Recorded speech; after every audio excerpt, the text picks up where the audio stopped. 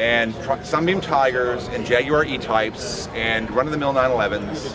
And last year when I saw a Carrera RS outside, I'm like, oh wow, things have changed a lot, quite a lot. So this has been kind of a very different climate. My prediction, if you want it, and I'll probably be wrong, is they're going to sell that GTO this evening for $60 million plus. And what's going to happen with the rest of it is the rest of it's going to quietly, with a few exceptions, like many of the cars we looked at, like the GT40 prototype, those things, the 250 LM, because they very rarely come up, those are going to do some tremendous numbers in the 20s and $30 million range. The rest of it, the 330 GTCs that are really hot, the 365 GTC that's very hot, the Daytonas, which are finally getting to be hot again, which they should, they're going to maybe climb, I think, about 15 or 20% max, and that's what I see happening. But again, that's not a bad ROI if you think about it. You know, it's the only thing that's doing better than my portfolio than that is my Ford stock. I mean, which I bought at $1. I mean, that's a pretty darn good return on investment. The danger points in the market that I see right now, which things that keep me up nights, maybe because I have friends that buy them and I have some of them as well, is I think Jaguar E-Types are maybe the most beautiful car ever constructed, but they're very, very expensive for how many they build. I think Dinos are ridiculously expensive.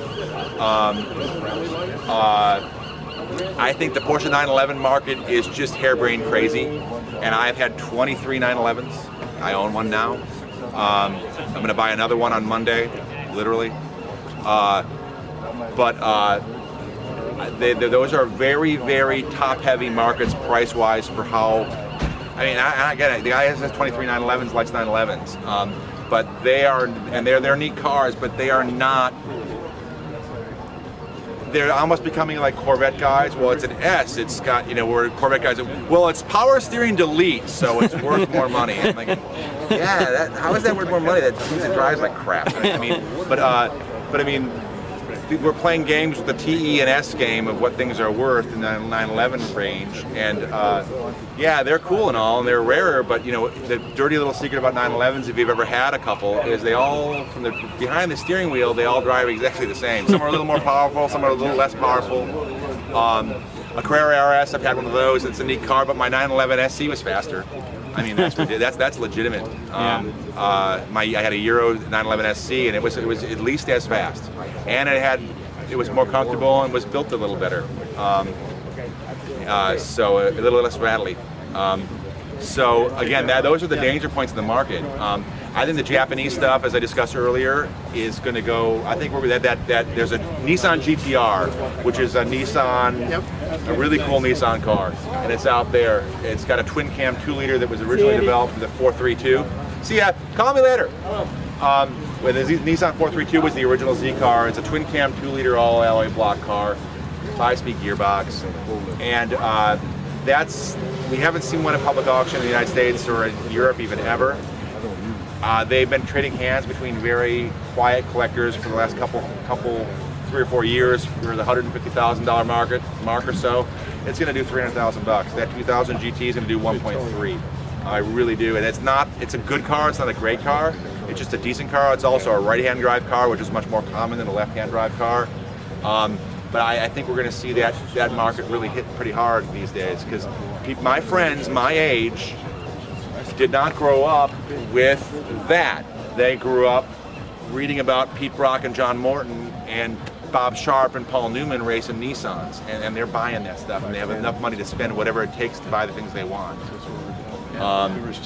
Yeah, my friend Tom Newton's got a Z4. The guy has a Z432 that he paid $350,000 for, which is a lot of money for a Datsun Z car. And he bought the Nissan 240Z Rally, Monte Carlo Rally car. We bought it earlier this year for a lot of money.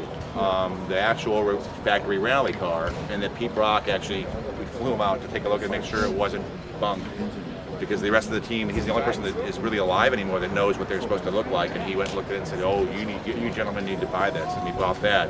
So that market's coming next. Again, that being said, $300,000 300 SLs are safe right now because they're, again, automotive currency. If you want something else, people that somebody else has, you say, hey, I'll trade you the 300 plus 500 grand and we'll do the deal, because you can. The thing is, they're almost as liquid as a stock. If you want to sell a really nice 300 SL, you can sell it like that. Again, that's what's interesting about E-types. They're becoming currency too. If you know, I have been looking for 18 months for a BRG biscuit Series 1 E-type coupe non-flat floor car, and paying whatever it costs. Just tell me what it costs, we'll buy the car. It's not that kind of a situation. It's kind of situation where it's a crazy venture capitalist and he'll just put whatever zero on the check you want on it, and we can't find one.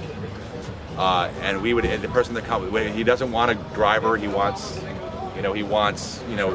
that. He wants a perfect car, and he's willing to pay whatever it costs, and there aren't any. I mean, so that's maybe the safety. We're a 911 though. If I want to buy a 1973 911S, I can buy one right now. I know where 5 are for sale, and I can talk to the guys. And that's maybe the difference between the E-type and the Jaguar market. Is the Jaguar market, you still can't find the cars really. You can find a Series 2 all day long, but man, you sure can't find good Series 1 cars for sale unless they're parked over there like that one. So that's my 2 cents. Any questions at all, guys? Can I paint my Primrose